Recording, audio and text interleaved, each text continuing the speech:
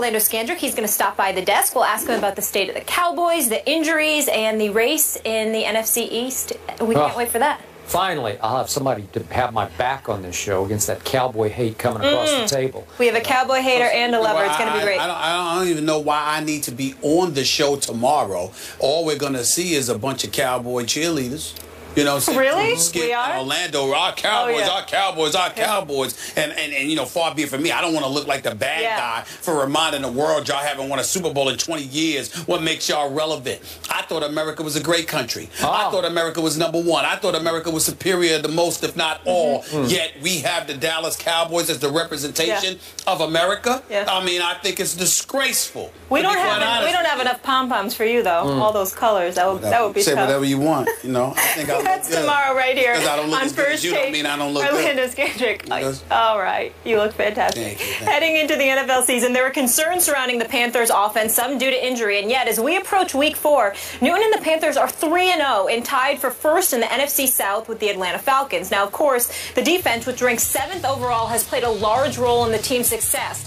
But still, Cam has basically been responsible for all of the Panthers' offense, generating 76% of their offensive yards and 7 of their 8 total touchdowns, 5 passing, 2 rushing.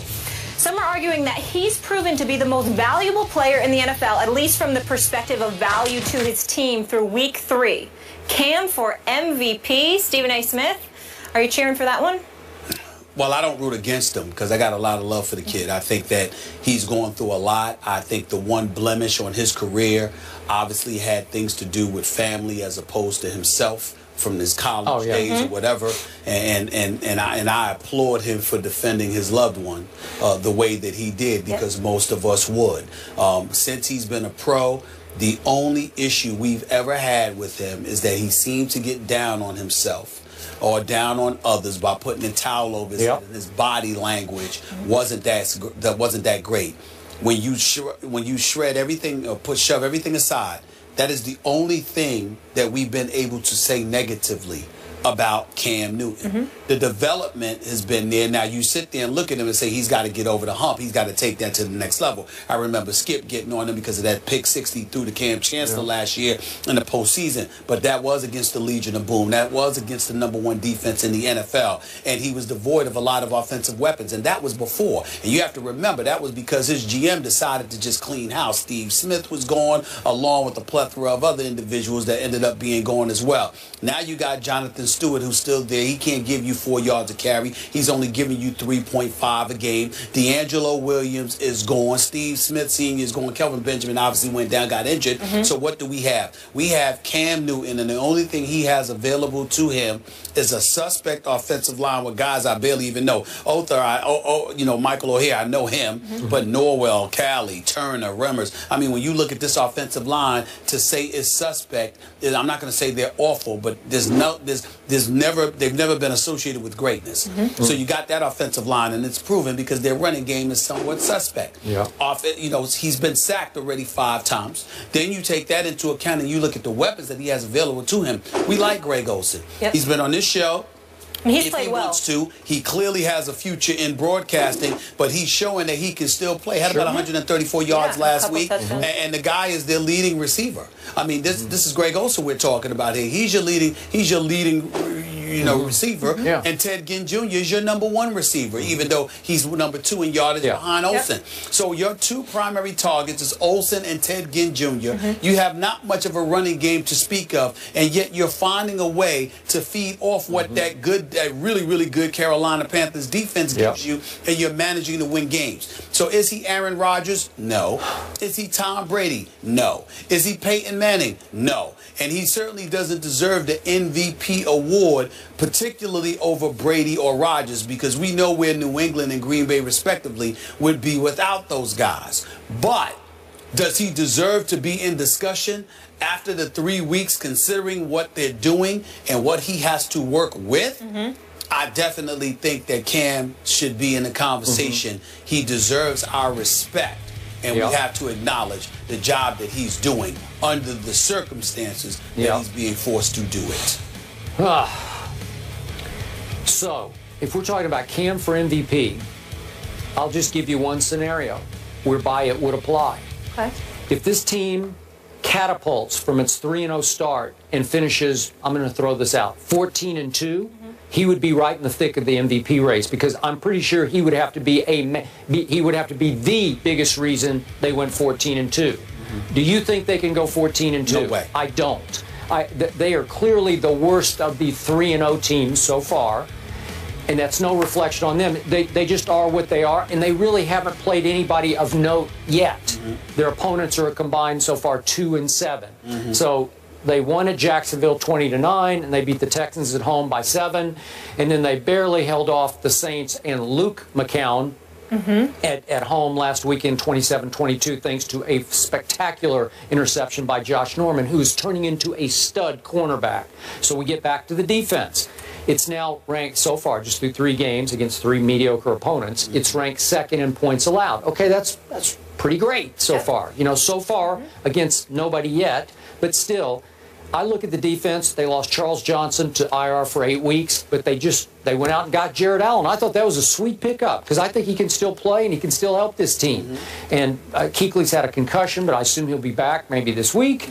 And then I just mentioned Josh Norman, and Thomas Davis is just a tackling machine. So this defense is pretty legit. The defense reminds me of the team that took them to a 12-4 record and a playoff berth in San Francisco a couple of years back. The offense just leaves an awful lot to be and he lost Kelvin Benjamin, his big 6'5" stud receiver, back in training camp to a freakish injury.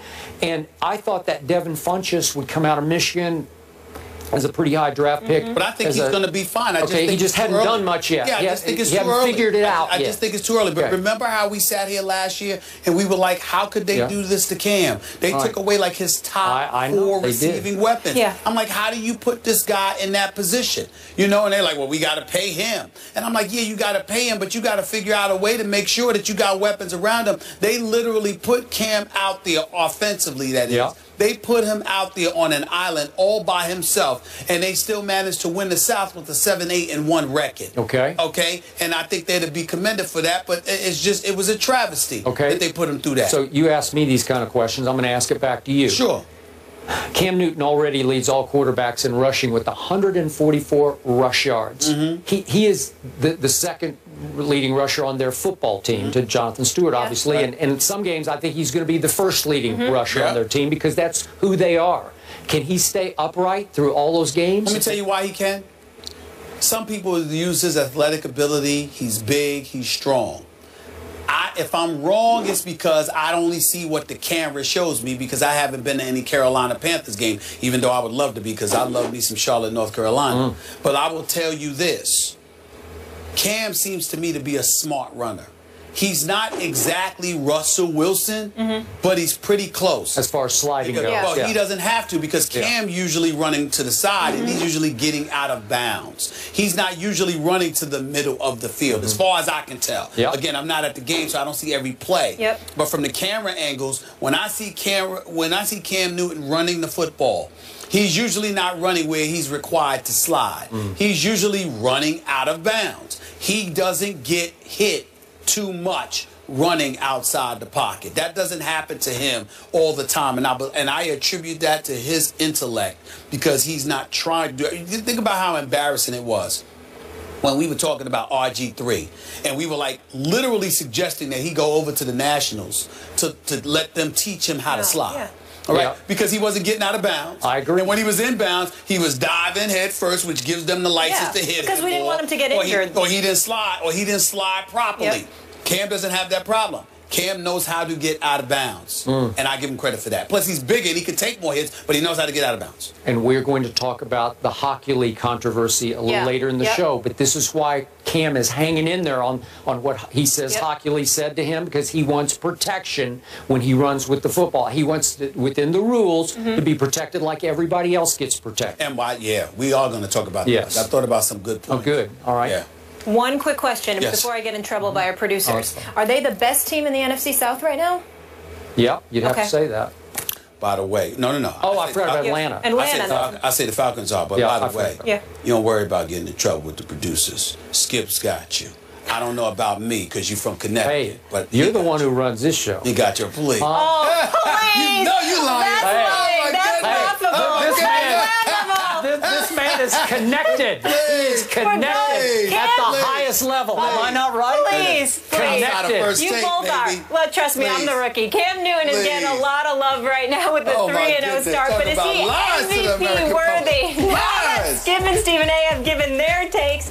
We want yours. Go to Twitter and vote yes or no using the hashtag MVP for Cam, and let us know if you think he is worthy of the MVP.